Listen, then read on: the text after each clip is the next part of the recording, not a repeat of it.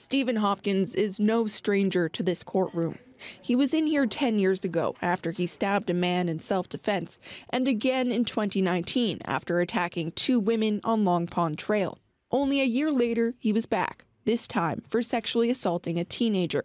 He represented himself in that trial, a strategy that delayed proceedings and did little to keep him from going back to jail. That criminal history is what's fueling the Crown's request to have him labeled a dangerous offender.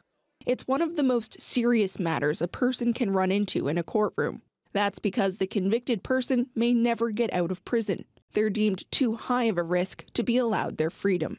This week, a judge is hearing arguments for why or why not Hopkins should be removed from society, perhaps permanently.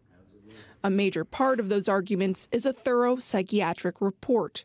The doctor who wrote it testified yesterday that Hopkins is at a high risk of reoffending, that he didn't seem interested in treatment to control his sex drive, and believes that women owe him sexual gratification.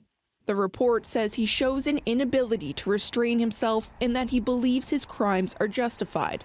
At one point during his assessment, Hopkins told the doctor he believed he had the right to women and to sexual release because he paid his taxes. The doctor noted he also made sexual comments toward Waterford Hospital staff during his evaluation. The report says while Hopkins displays traits of psychopathy, he doesn't meet the full criteria for the disorder. The doctor found he did show a concerning pattern of behavior, though, concluding that Hopkins is an opportunist who repeatedly takes advantage of vulnerable strangers and that the history of complaints against him shows an escalation of the risk he's willing to take. Hopkins has rated his own risk of reoffending at 16%. He has the rest of this week to call witnesses, including himself. Malone, CBC News, St. John's.